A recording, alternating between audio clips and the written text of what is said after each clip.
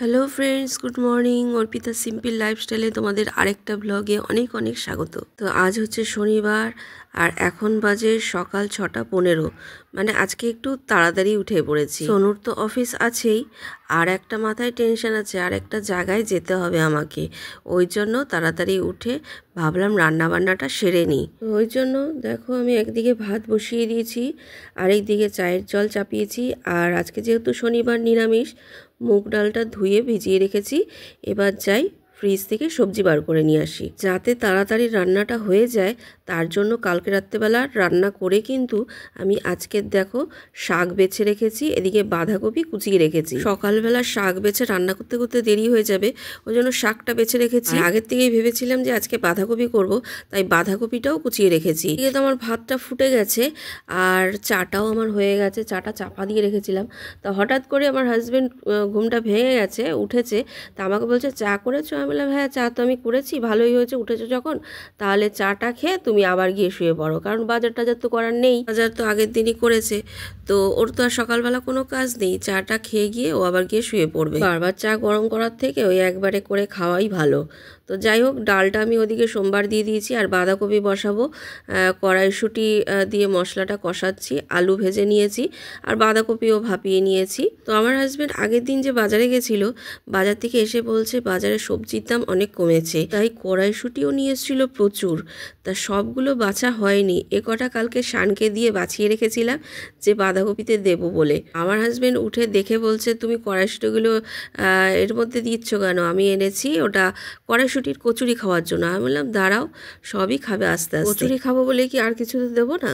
তো দেখো এদিকে আমার ভাত ডাল, আর এদিকে আমার বাঁধাকপি হয়ে গেছে, আর শাক ভাজাটাও হয়ে গেছে। এটা হচ্ছে নোটে শাক ভাজা। তো সোনুকে তো লাঞ্চ বক্স গুছিয়ে দিলাম, আর ও খেয়েও নিয়েছে, রেডি হয়ে গেছে, ও বেরিয়ে যাবে। তো আমি এদিকে রান্নাবান্না সেরে রান্নার বাসনগুলো মেজে নিয়ে শানকে ডাক দেবো, কারণ শান আমার সঙ্গে যাওয়ার কথা আছে। আর হাজব্যান্ড আর শাশুড়ি মাকেও ডাকতে হবে, কারণ ওরা আবার দোকানে যাবে। যেই কথা সেই কাজ। আমার হাজব্যান্ড তো চাটা খেয়ে আবার গিয়ে শুয়ে পড়েছে। উঠে দেখো কি করছে। 9:15 বাজে, ওদিকে রান্নাবান্না হয়ে গেছে, বাসনও মাজা হয়ে গেছে। এখন ঘর ঝাড় দেবো, ঘর মুছবো, ঠাকুরের বাসন ধোবো, পূজা দেবো। তোমাদের সঙ্গে কথা বলছেন, আমার হাজব্যান্ড মাথা নাড়াচ্ছে। তো যাই হোক, এদিকে ঘর ঝাড় দিয়ে ঘর মুছলাম। তো এদিকে একজন এসছে, বৈষ্ণব গোসাই, উনি মাঝে মাঝেই আসেন আমাদের বাড়িতে। তো ওনাকে আবার সিঁদে দিলাম। তো আমার হাজব্যান্ড বলছে আমার ছেলেকে একটু আশীর্বাদ করেন, যেন পড়াশোনা শিখে একটা কিছু করতে পারে, মানুষ হয়। তো উনি আবার আমার ছেলেকে আশীর্বাদ করলেন, আর আমিও বললাম আমাকে একটু আশীর্বাদ করেন। আমাকেও একটু আশীর্বাদ করলেন। এবার ওনার সঙ্গে আমার হাজব্যান্ড কথা বলতে বলতে ওনাদের স্বামী স্ত্রী দুজনকেই সেবা করানোর কথা বললেন। উনি বললেন ঠিক আছে, আর কিছু ভগবানেরও কথা বলছিলেন। তো এদিকে আমাদের কাঠমিস্ত্রি চলে এসেছে, আবার একটু চা করে দিলাম। তারপরে স্নান করে এসে পুজো করে নিয়েছি, আর স্নান করতে যাওয়ার আগে ওদের খেতে দিয়ে গেছি। তো আমি পুজো করে নিয়ে আমিও একটু খেয়ে নেব।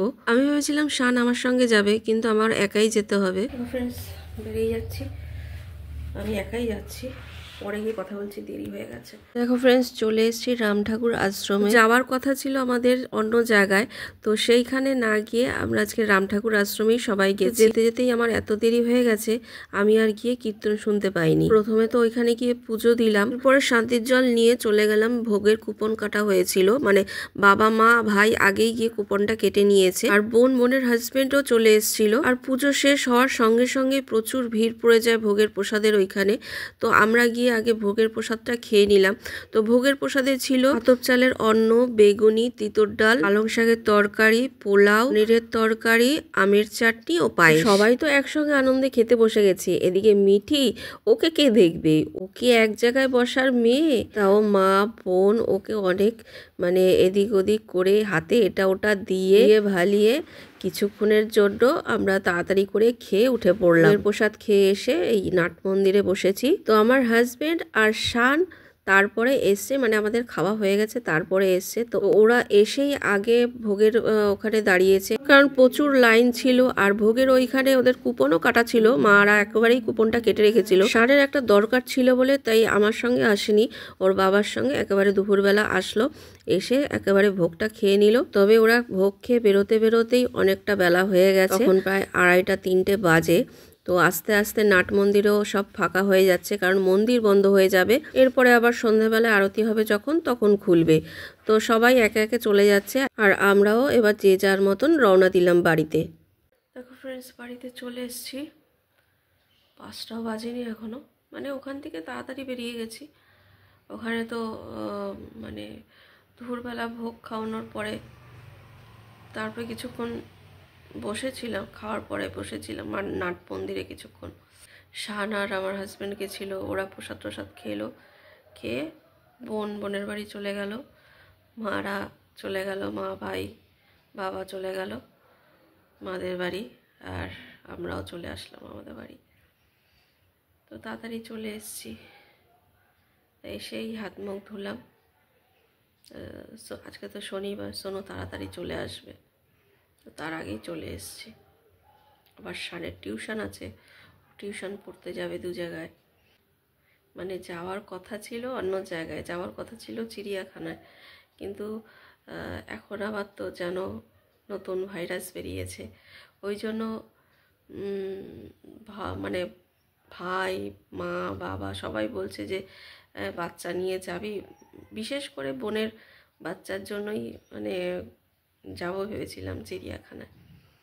তো ওই বাচ্চা নিয়ে যাব, ওই জন্য বললো অত দূরে যেতে হবে না, আর ও এখন অত কিছু বুঝতেও পারবে না, এত ছোট, আর একটু বড় হোক তারপরে যাব। এই জন্য এই কাছাকাছি মন্দিরে গেলাম। আর মন্দিরে অনেক দিন যাইও না, আশ্রমে প্রত্যেকবার কোথাও না কোথাও যাই কোনো মন্দিরে।